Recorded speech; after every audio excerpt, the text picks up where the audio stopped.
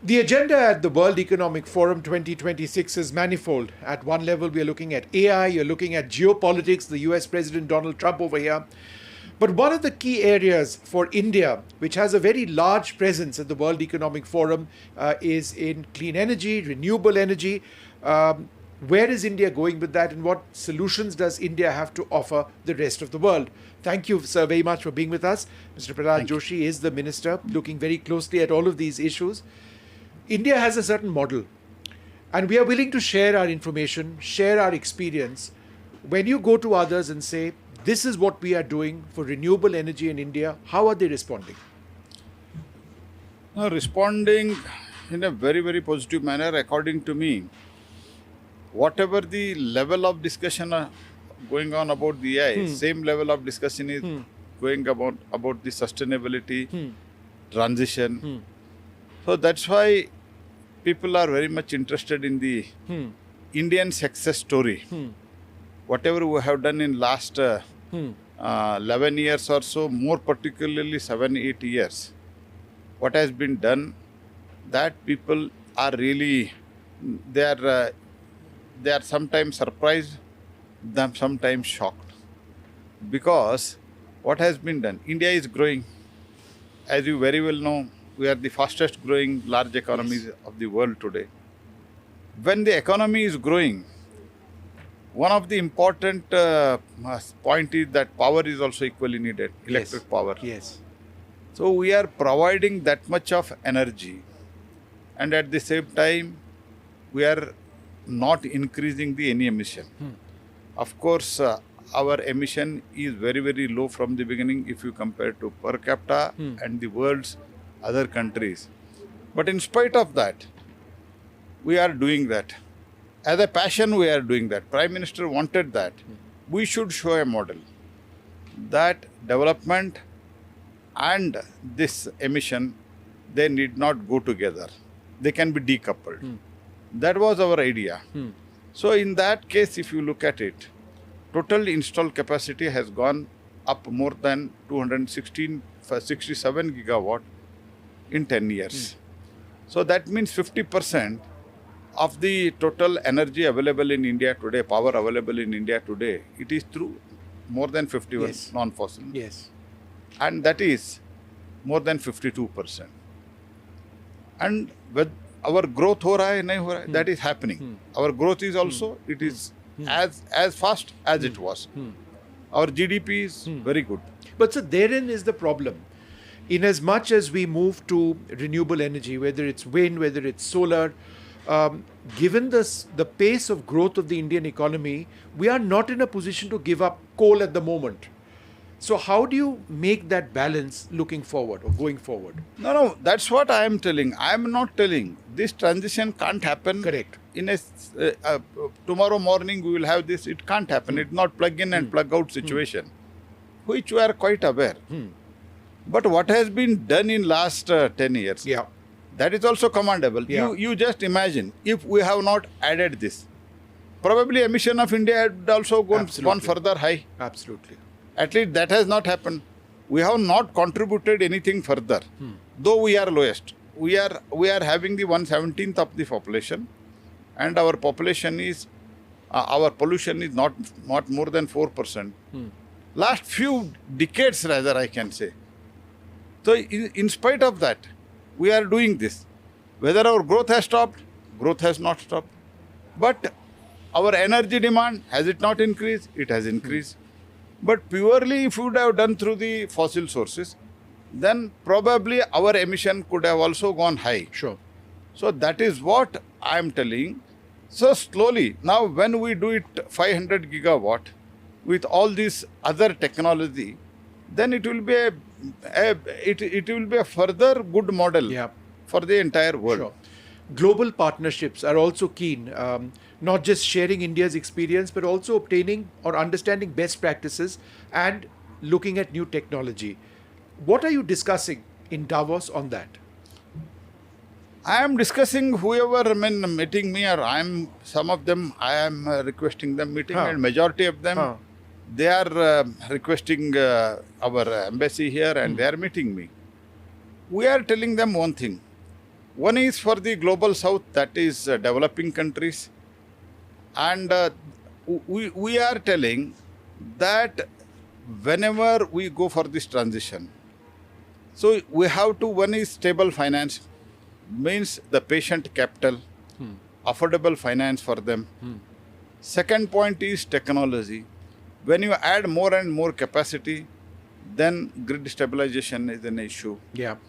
So for that and also for the transmission, what India is doing, of course, for the transmission, what we are doing, 3.04 lakh crores, we are investing in that for the grid modernization, distribution network improvement, and in a way, in a coming days, digitization. Yes.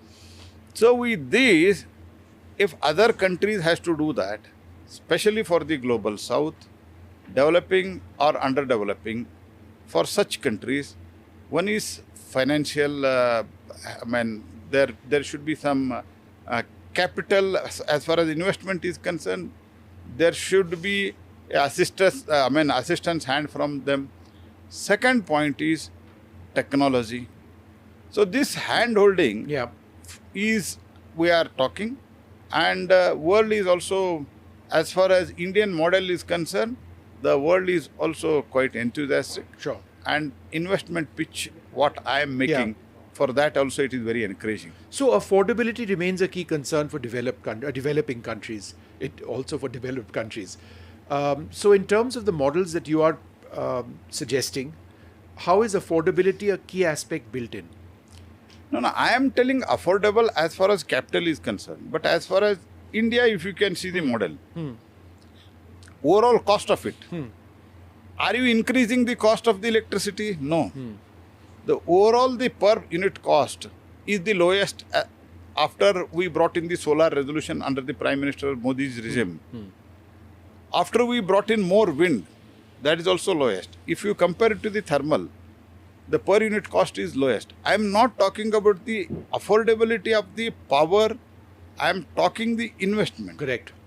That investment, some countries may not be able to do it, even for India. When we want to go for 500 gigawatt, and with such a vast transmission network, that we need the investment nearly about 350 to 360 US billion dollar. My God.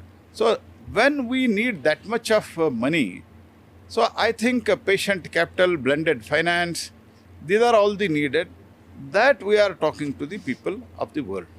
Sir, final question. India can't do without nuclear power as well. You are, of course, looking at alternate sources of energy, whether it's wind, solar, etc., etc. But to meet our requirements, we have to also ensure that our nuclear industry is sustained. So doesn't that, in a sense, clash with your ideas of your vision, of your ministry, where we've got nuclear, which is potentially polluting, and what you are suggesting, which is entirely clean? No, according to the even world has accepted the nuclear power is a clean power. So since that is also clean power, now for the base load, what we are doing?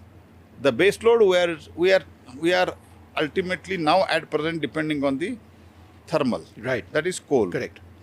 But when, that is why we have amended the law, the small modular reactors, Yes. where the private party can participate now, private people can participate now. When that has been done, risk has been reduced to make the ease of doing business, and all with all care and caution. Right. We have brought that bill and that is notified. Yeah. And I am quite confident that whatever the trajectory it is put before the world and in India, by 2047 it is 100 gigawatt. Yeah. I think by 2030 or 32, India will have a 15 gigawatt. Yeah. That 15 gigawatt plus battery storage. Right. We are planning for a huge battery storage. Already 71 gigawatt per hour battery storage bids have been out.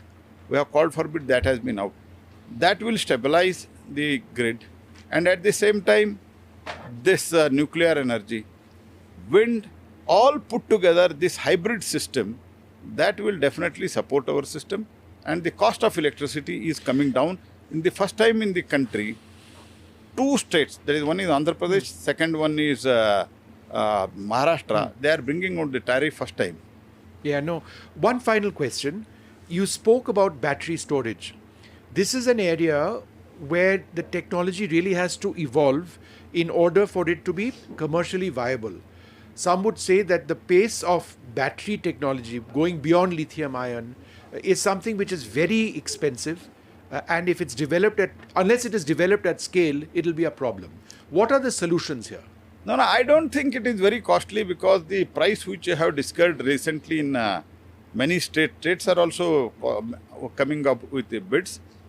Where the states are coming up with bids, there you can see the 3 rupees 30 paisa per unit. And the battery cost in the worldwide, it is coming down, which has been, it is in the public domain So it also. is competitive. Very, very competitive. And with that competitive price, definitely India can afford a very affordable price as far as the per unit cost is concerned, either to our industry or to the farmers. Last question, green hydrogen. Very much the future has to be again developed at scale. It's expensive, but there are also safety concerns. Do you look at green hydrogen as being a key part of our clean energy future? Of course, for mobility and for many other things, green hydrogen is a very important thing for us. And whatever the safety measures are there, we are already taken care of that. Otherwise, I would not have driven the hydrogen vehicle, and I am regularly using it whenever I am in Delhi. Of course, at present, because it has a new vehicle, it has a new invention, new discovery, that because of that, the refueling is a problem. I have to take it a long drive for the refueling. But other than that, I am using it. And in many other parts of the world, they are using it. And in India, Reliance, Tata, many they have started their trucks on the hydrogen. Yeah. So I don't think there is a safety issue. Yes, at present cost is the issue. Vishnu, do you not feel cost of the solar was 12 rupees, 13 rupees before Modi could come in 2014? Was it not so? It was 14 rupees. Today it is 2 rupees 60 And paisa. I must give you a small example. I am personally very enthused by solar. I have a small house in Uttarakhand and I am getting solar panels put because it saves me costs and I am contributing to the grid. That's what. So and that is because it is affordable to me. As you know, it is affordable for me increasingly, and I've done the math. I actually end up saving a little bit every year. So and that's good for the environment. So, No, even in, see why it is in India successful. That credit we have to give to the Prime Minister Shri Modi. Yeah. What is the reason? Reason is, he just did not say, use renewables. Yeah. He said, rooftop solar. For farmers, he said PM Kusum. You can have your own panel. Yeah. In the daytime, you can go for the irrigation. Yeah. You can use that excess power Yeah. for your tractor if you purchase the electric power which are coming in the market now. For your cultivation, many other purpose, whatever you are using, machinery in the agricultural, that you can charge through it. Even if there is a farmhouse, you can use it for your lighting. These are all the things for which farmer became very enthusiastic. And we are giving 33% subsidy. States are giving 33%, some are 40%. All put together, he is putting 10 or 20,000.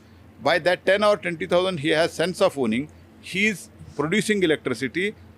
Annadata has become Urja Data. Yeah. The food provider has become a electricity provider. Electricity provider. Same with the common man. His roof was, it was, in a way, it was a It was just lying there. lying there. Yeah. And he is using it. And he is using the electricity. And if somebody who is affordable, if he can use a battery, then he need not, even if there is a power cut, there should not be any problem for him. So overall, this has become Janandolan, people movement. Because it became people movement, it is successful today. Indeed. So wonderful speaking to you on a very, very cold day over here in Davos. But our renewable energy future is critical to our growth. It's important for not just the growth of our economy, it is important for the well-being of our people, more than 1 billion Indians. The technology is sharp, the costs are competitive increasingly, but still remain a challenge. But these are conversations India must continue holding inside our country and outside as we look for India 2047. Thank you, sir, very much for being with us. Thank you.